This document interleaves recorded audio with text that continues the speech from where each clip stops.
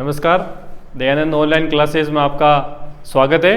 तो आज हम इस वीडियो के अंदर कक्षा 10 की जो गणित है उसकी प्रश्नमाला 3.6 उसका हम पढ़ेंगे बीजीय व्यंजकों के लघुत्तम समापवर्तीय एलसीएम और महत्तम समापवर्तीय एचसीएफ के बारे में पढ़ेंगे। और आपने जो पीछे वीडियो देखे हैं उसके हम आगे लेके चलते हैं। तो लघुत्तम समापवर्तीय बीजीय व्यंजक के निकालने के लिए हम क्वेश्चन लेते हैं कि जैसे हमारे पास इक्वेशन है तो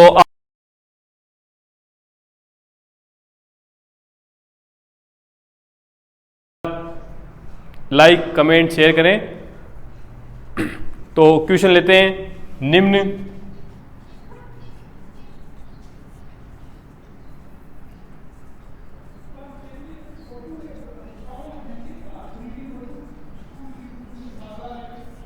निम्न बीजीय व्यंजकों का लघुत्तम समापवर्तीय ज्ञात कीजिए। तो जैसे लिखा हुआ है 4a² b² c² तथा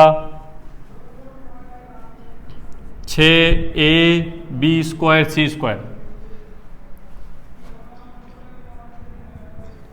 दूसरा क्वेश्चन है x² - 4x + 3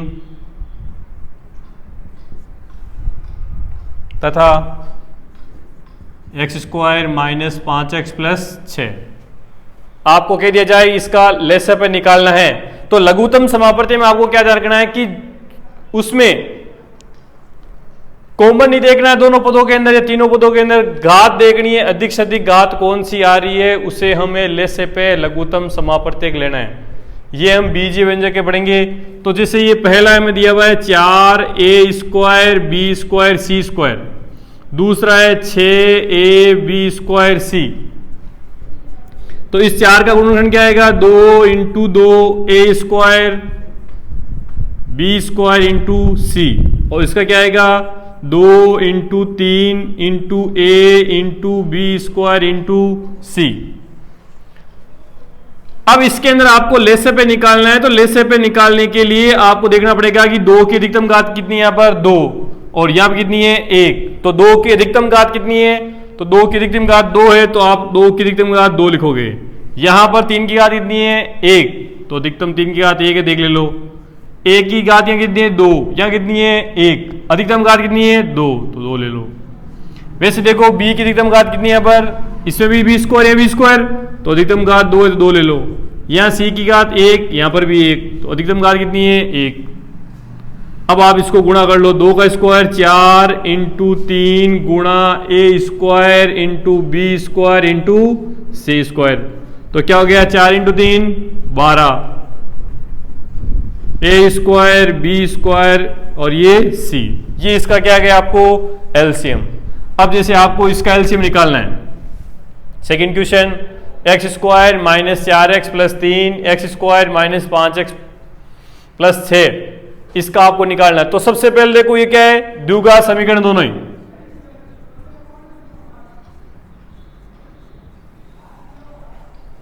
तो ये द्विघात समीकरण है। द्विघात समीकरण को हल करने के लिए आपको पता है कि हम इसमें गुणनखंड विधि काम लेंगे। गुणनखंड विधि से पहले इसको सरल करेंगे कि इस बीच वाला पद है उसके गुणनखंड करने क्या लिखा हुआ है 4x। तो आपको ऐसी संख्याएं लानी है जिनको गुणा करने पर तो आ रहे हैं 3 × x² और जोड़ने घटाने पर आ रहे हैं 4x। गुणनखंड विधि हमने जो पिछले वीडियो में पढ़ी थी कि 4x, तो 4x तो क्या संख्या आएंगी जिनको जोड़ने घटाने पर 4x आ रहा है, गुणा करने पर 3x। तो आप लिखोगे 3x - x, जोड़ते कितने हो जाएंगे 4x और गुणा करते 3x²। अब इसमें कॉमन ले लो, तो कॉमन क्या आ रहा है x, तो क्या आएगा x - 3। यहाँ से कॉमन क्या आ रहा है 1, तो x बार क्या है माइनस प्लस माइनस माइनस, तो ये आ गया x - 3 x - 1। ऐसे जो सेकंड दिया हुआ है x² - 5x + 6, तो इसमें ऐसी संख्याएं लानी जिनको जोड़ने कराने 5 आ रहा है और गुणा करने पर 6 आ रहा है, तो ऐसी संख्याएं कौन सी होगी? 3x माइनस 2x, क्योंकि 3 और 2 को जोड़ते कितना जाएंगे? माइनस के 5x, और 3 और 2 को गुणा करो कितना जाएंगे? 3 दूनी 6x स्क्वायर, तो यहां लिख दो प्लस के 6 का 6। अब इन दोनों में कॉमन क्या आ रहा है? x, तो यह आ रहा है x माइनस 3, यहां से कॉमन आ रहा है 2x, ब्रैकेट के बाहर किसका चिन्ह है? माइनस का। तो ब्रैकेट के बाहर माइनस का चिन्ह है तो उसको आप क्या करो? अंदर वाले चिन्ह को परिवर्तन कर दो। यहां 2 का भाग कितनी बार? 3 बार, तो यहां जाएगा माइनस 3। x माइनस 3 दोनों में कॉमन आ रहा है तो इसको आप ले लो x माइनस 3, यहां क्या रह गया? x minus 2। तो इसके भी हल आपने निकाल लिए, इसके भी निकाल लिए। अब आपको इसका निकालना है एलसीएम। तो एलसीएम के लिए देखो कॉमन नहीं देखना है, लेकिन इसकी अधिकतम घात देखनी है। क्या देखनी है? अधिकतम घात। तो x माइनस 3 यहां पर भी है, यहां पर भी है, यहां पर भी एक बार है, यहां पर भी एक बार है, तो आप लिखोगे x माइनस 3। x माइनस 1 यहां पर ही एक बार है या नहीं है, कॉमन नहीं है ना, तो भी आपको लेना है, क्योंकि इसमें अधिकतम घात लेते हैं, अधिकतम से अधिकतम संख्या लेते हैं, ले लो। x माइनस 2 यहां पर है या नहीं है, तो भी आपको लिखना है x माइनस 2, तो ये इसका क्या जाएगा? लेसेब है। तो इस प्रकार हम लघुत्तम समापवर्तीय, जिसे हम लिखते हैं एलसीएम, शॉर्ट नाम क्या है इसका? एलसीएम, और इसको ये भी बोलते हैं लेसे। क्या बोलते हैं? लेसे ज्ञात करना। ध्यान रखना है, अधिकतम घात लेनी है, कॉमन इसमें आओ या नहीं उसमें नहीं देखना है कि इन दोनों में वो कॉमन पद है कि नहीं। आपको ये ध्यान रखना है कि इसकी अधिकतम घात कितनी आ रही है, अधिक से अधिक कितने बार आ रहा है, वो संख्या आपको लिखनी है, वो इसका क्या आएगा? लेसे पे। अब हम पढ़ते हैं में से पे ज्ञात करना। तो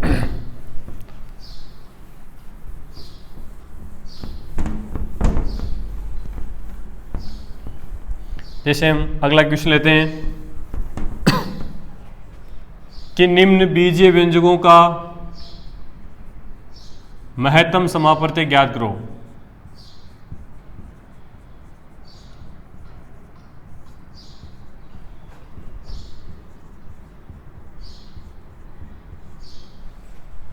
तो इसके लिए जैसे आपको एक दे दिया 8 a square b square c, तथा एक आपको दे दिया 18 a b क्यूब। इसका कह दिया आपको महत्तम समापवर्ती ज्ञात करना है। क्या ज्ञात करना है? में से पे ज्ञात करना है। तो महत्तम समापवर्ती ज्ञात करने के लिए आप पहले लिखोगे 18 8 a square b square c, गुणनखंड करने। तो 8 के गुणनखंड क्या आएंगे? 2 इंटू 2 इंटू 2। a की घात 2 है तो लिख दो a की घात 2, b की घात 2 है तो b की घात 2, c की घात 1। लिखा हुआ है 18 a b की घात 3, तो 18 का क्या आएगा? 2 इंटू 3 इंटू 3, 3 3 9, 9 दूनी 18, a का a b की घात 3। अब आपको इसका HCF निकालना है, महत्तम समापवर्तीय, जिसे बोलते हैं में से। क्या बोलते हैं? में से। तो इसमें में से पे ध्यान रखना है कि आपको कॉमन देखना है, दोनों पदों में होना चाहिए, दोनों व्यंजक में होना चाहिए, कम से कम घात कॉमन लेनी है, और ध्यान रखना है कॉमन आना चाहिए, दोनों होना चाहिए। यदि वो एक पद में और दूसरे में नहीं है तो आप इसको में से पे नहीं लोगे। जैसे यहाँ पर देखो 2 की अधिकतम घात कितनी है? 3, और यहाँ कितनी है? 1। यहाँ 2 3 बार आ चुका है, यहाँ कितनी बार आ चुका है? 1 बार। तो कॉमन कितनी बार है? 1 बार है ना, तो आप लिख दोगे 2। ऐसे 3 देखो यहाँ 2 बार है, यहाँ कितनी बार है ही नहीं, तो 3 यहाँ नहीं आएगा, क्योंकि 3 कॉमन नहीं है, दोनों पदों में नहीं है। यहाँ 1 की घात 2 है, यहाँ 1 की घात कितनी है? 1 है, तो न्यूनतम कितनी बार आ चुकी है? 1 बार, तो लिखो 1। b की घात या 3 या कितनी है? 2, तो यहाँ 2 बार या 3 बार है, तो कम से कम कितनी बार है? 2 बार लिख लो। c यहाँ पर है लेकिन यहाँ नहीं है ना, तो कॉमन नहीं आ रहा है, इसलिए c नहीं आएगा। तो इसका क्या आएगा में से पे? 2ab square. तो क्या ध्यान रखना है? कम से कम घात कॉमन लेनी है, कॉमन आनी चाहिए। पहले ध्यान रखना है कि दोनों पदों में होना चाहिए, कॉमन होना चाहिए, उसी के बाद में कम से कम घात को लेना है। ये इसका क्या आएगा? HCF। जैसे एक क्वेश्चन और लेते हैं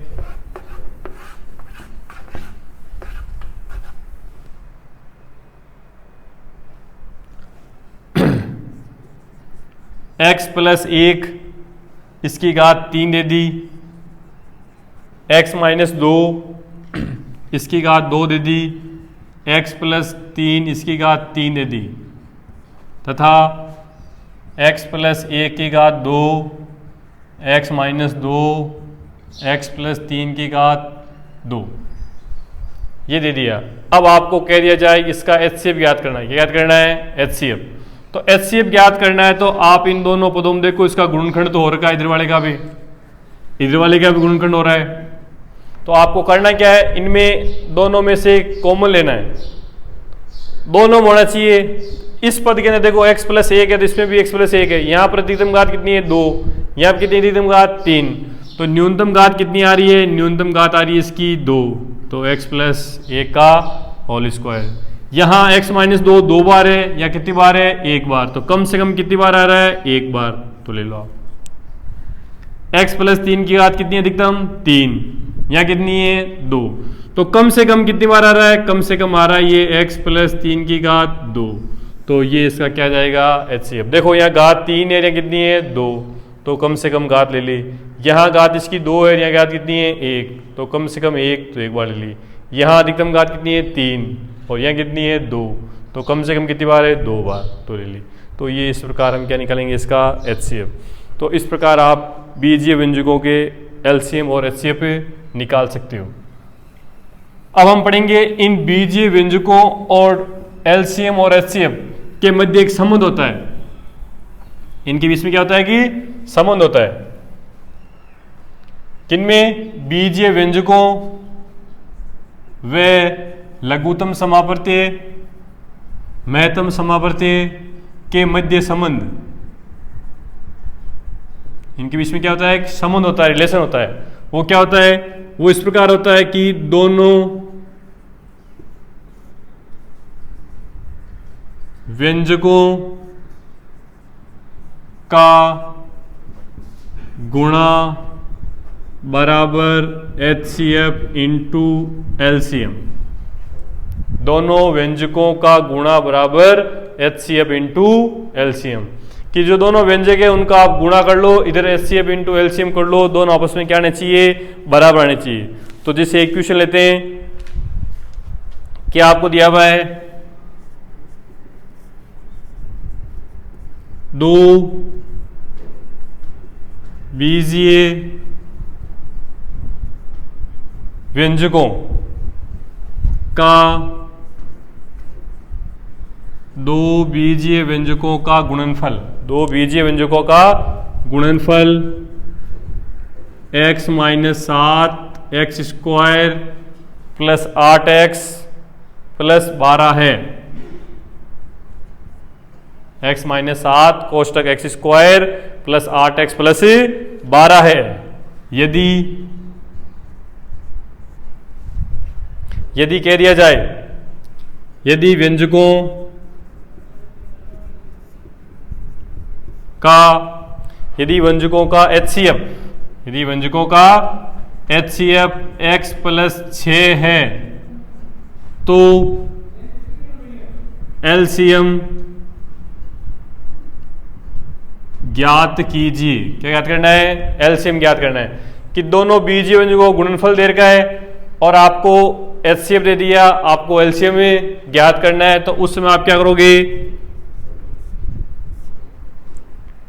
क्या आप लिखोगे? दोनों बीजीय व्यंजकों का गुणा बराबर HCF इंटू LCM। तो दोनों बीजीय व्यंजकों का गुणा बराबर HCF into LCM।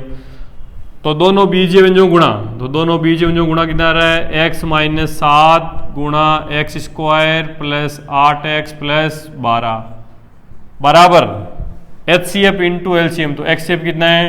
x plus 6 into LCM। ये काम लेना आपको। तो अब आपको LCM निकालना है। HCF आपको दे रखा है, ये गुणा का किस में जाएगा? भाग में। तो आप लिखोगे LCM क्या आएगा? x माइनस 7 गुणा x square plus 8x plus 12, और ये x प्लस से बटा में जाएगा x प्लस 6। अब आप देखो कि ये एक द्विघात समीकरण है, x square plus 8x plus 12 क्या है कि द्विघात समीकरण है। इस द्विघात समीकरण को आपको सरल करना है। तो द्विघात समीकरण को सरल करने के लिए आप क्या लिखोगे, x माइनस 7, या साइड में सरल कर सकते हो आप कि x square plus 8x plus 12 द्विघात समीकरण है। तो इसको सरल करने के लिए इस मध्य पद के आपको गुणनखंड करने, टुकड़े करने, कि जोड़ने घटाने पर 8 आ जाए और गुणा करने पर संख्या आ जाए 12x स्क्वायर, कि जोड़ने घटाने पर तो 8x, गुणा करने पर 12x स्क्वायर। 6 और 2 ले लो, 6 और 2 को जोड़ने में कितने होते हैं 8, और 6 और 2 को गुणा करने में कितने होते हैं 12। तो यहाँ से कॉमन क्या आएगा x प्लस 6, यहाँ से कॉमन 2, x प्लस 6, तो x प्लस 6 यहाँ पर आ गया और यहाँ x प्लस 2। तो इसके गुण घटा के आपके x प्लस 6 और x प्लस 2, तो आप लिख लो x प्लस 6 गुणा x प्लस 2 बट्टा x प्लस 6।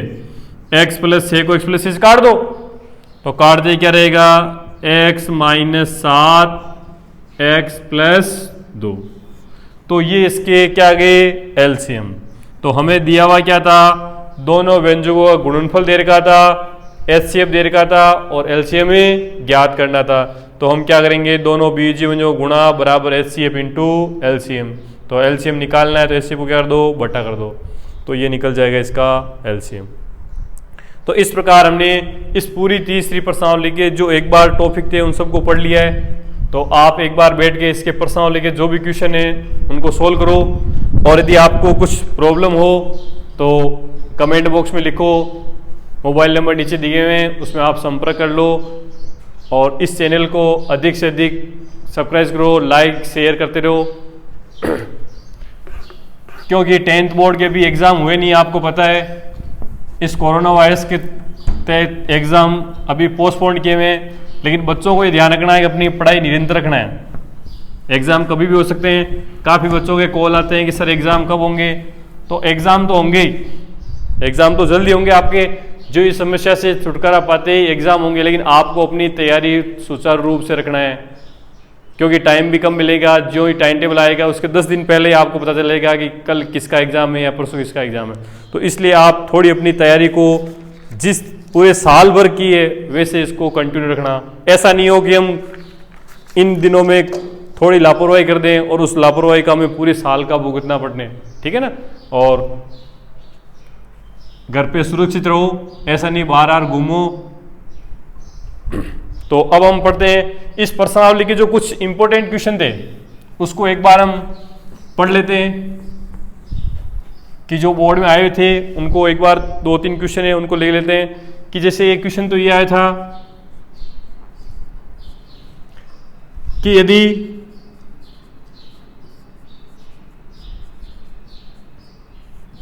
द्विघात समीकरण b माइनस सी एक्स स्क्वायर प्लस सी माइनस ए एक्स प्लस ए माइनस बी है, ये द्विघात समीकरण दे रखा है। b माइनस सी एक्स स्क्वायर प्लस सी माइनस ए गुणा एक्स प्लस ए माइनस बी बराबर 0, ये द्विघात समीकरण है। के मूल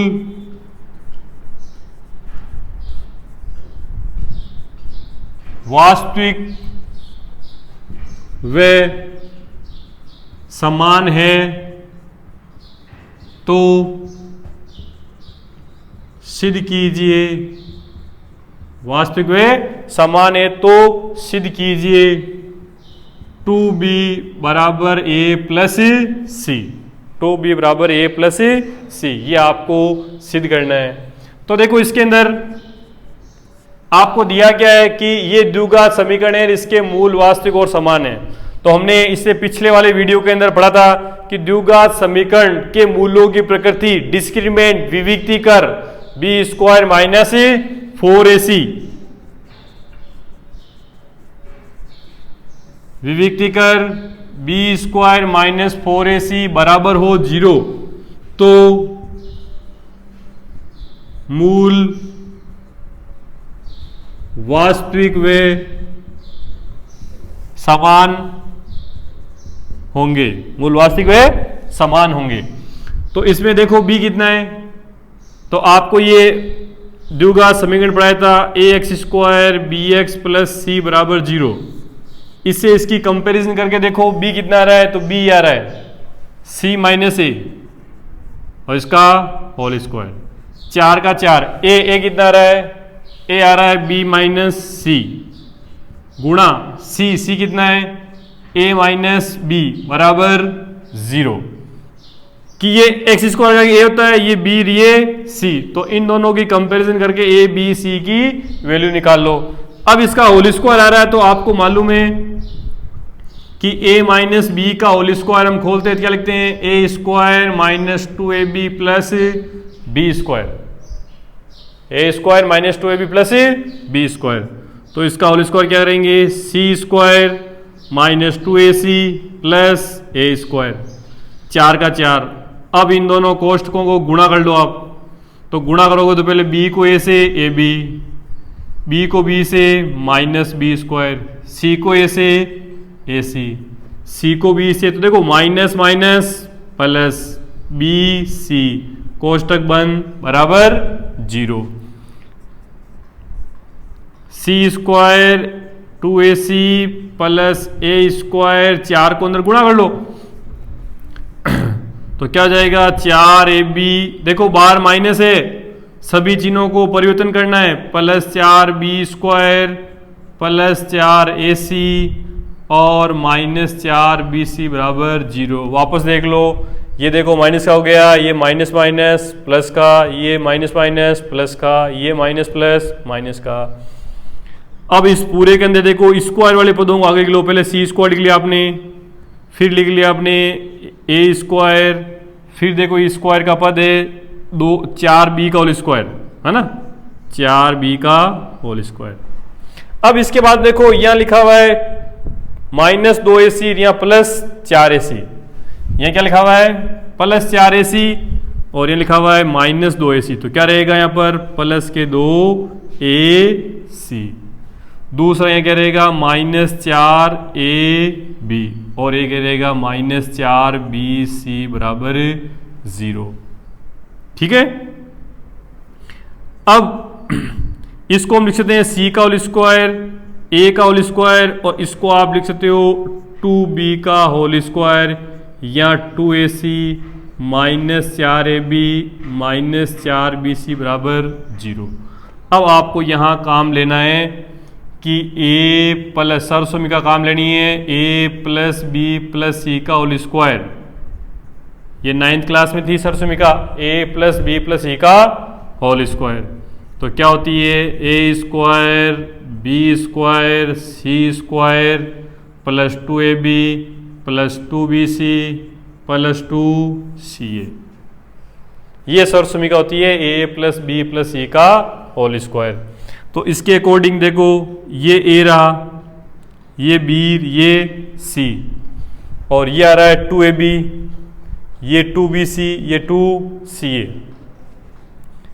कि c स्क्वायर लिख दो, इसको a का होल स्क्वायर लिख दो, 2b का होल स्क्वायर लिख दो, ये आ रहा है 2 इंटू a इंटू सी, ये आ रहा है 2 इंटू a इंटू 2b, ये आ रहा है 2 इंटू 2b इंटू सी बराबर 0। तो इसमें ये सरसमी का काम लोगे तो क्या आएगा, a plus B plus C का होल स्क्वायर। तो देखो a कितना है, a कितना आ रहा है, c, b कितना आ रहा है, b आ रहा है a। लेकिन यहाँ ध्यान रखो, ये यहाँ पर एक तो और यहाँ पर भी माइनस है, यहाँ पर भी माइनस है, लेकिन फॉर्मूले में क्या आ रहा है, प्लस। तो आप देखो यहाँ माइनस और यहाँ दोनों जगह प्लस, तो यहाँ कौन सी चीज है तो दोनों मारी है, यहाँ दोनों मारा है सी, क्या आ रहा है सी। तो आपके लिए देखो यहाँ दोनों में क्या आ रहा है, यहाँ a आ रहा है 2b c, मतलब ये चीज दोनों मारी है, क्या आ रही है, दोनों मारी है 2b। तो आप इस 2b को क्या करो, माइनस कर लो, क्या कर लो, माइनस, क्या लिख सकते हो, माइनस लिख सकते हो। तो हम क्या करेंगे, इस 2b वाले पद को क्या ले लेंगे, माइनस। ये तो 2b थे ना, दोनों हम कॉमन दिख रहा है, तो हम 2b पद वाले को क्या कर लेंगे यहाँ पर, माइनस। माइनस का स्क्वायर तो वापस क्या आएगा, प्लस। लेकिन यह क्या जाएगा, प्लस, और यहाँ पर क्या जाएगा, प्लस। तो आप इसको लिखोगे -2b का होल स्क्वायर बराबर 0। ये स्क्वायर 0 पर जाएगा, क्या कर जाएगा, 0। तो हो जाएगा c + a - 2b बराबर 0। तो यहाँ से c + a बराबर क्या जाएगा, 2b। और यही आपको सिद्ध करना था कि 2b बराबर a + c। तो ये 2b बराबर a + c। एक तो इसमें सरसमीका याद कर लेनी है और एक ये सरसमीका याद करनी है। और दूसरा याद रखना है कि इसमें दिया हुआ विविक्तिकर मूल समान और वास्तविक है, तो आपको जानना है कि मूल समान और वास्तविक कब होते हैं, जब b² - 4ac का मान 0 के बराबर होता है, तब मूल वास्तविक और समान होते हैं। चलो एक क्वेश्चन और लेते हैं।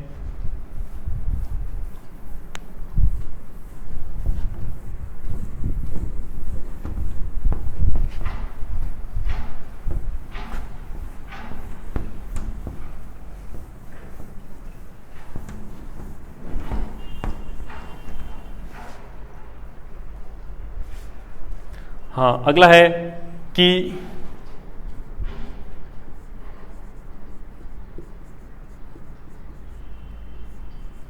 दो AC क्रमागत विषम धनात्मक पूर्णांक ज्ञात कीजिए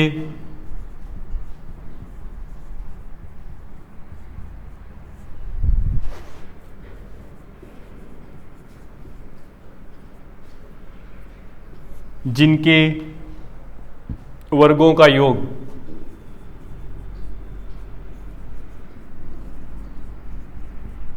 जिनके वर्गों का योग 290 हो।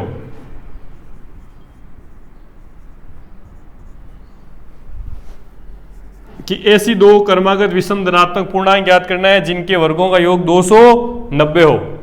अब आपको ध्यान रखना है कि ऐसे 2-3 क्वेश्चन अलग अलग टाइप करते हैं। दो क्रमागत विषम, तो हम क्या करते हैं, क्रमागत संख्या माननी हमें, तो हम जैसे क्रमागत संख्या पहली संख्या मानते हैं, माना क्रमागत संख्या पहली संख्या आती है x, दूसरी आती है x+1, x+2, x+3, ऐसे कंटिन्यू ये क्रमागत संख्या होगी।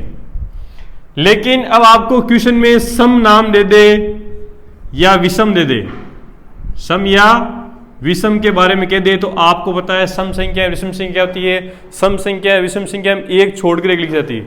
जैसे 2 सम है तो उसके बाद में क्या आएगी, 4, तो एक छोड़ के लिखा हमने। विषम कह दे तो 5 के बाद हम क्या लिखते हैं, 7, एक छोड़ के लिखते हैं। ऐसे ये कर्मागत है। आपको कर्मागत के बारे में कहा तो ये लिखना है, लेकिन सम और विषम के बारे में कहे तो आपको एक छोड़ के लिखना है। जैसे यदि आपने x लिख ली तो दूसरी कर्मागत संख्या क्या आएगी, x+2, या आपने x+1 लिख ली तो अगला क्या लिखना पड़ेगा, x+3। यदि कर्मागत सम और विषम की बात आई तो आपको या तो ये माननी है या ये माननी है। लेकिन खाली ये कह दे कि कर्मागत संख्या है तो कर्मागत संख्या में x, x+1, x+2, x+3 इनमें से कोई कंटिन्यू लेनी है। यदि सम और विषम की बात आ जाए तो एक छोड़कर या तो x x+2 या x+1 x+3 लेनी है आपको। तो जैसे हमने ऐसी दो कर्मागत विषम धनात्मक पूर्णांक ज्ञात कीजिए जिनके वर्गों का योग 290 हो, तो हम लिखेंगे माना कर्मागत धनात्मक पूर्णांक x और x+2 है। पहला x है, दूसरा x+2 है। तो अब क्या कह रहा है, इनके वर्गों का योग, तो x का वर्ग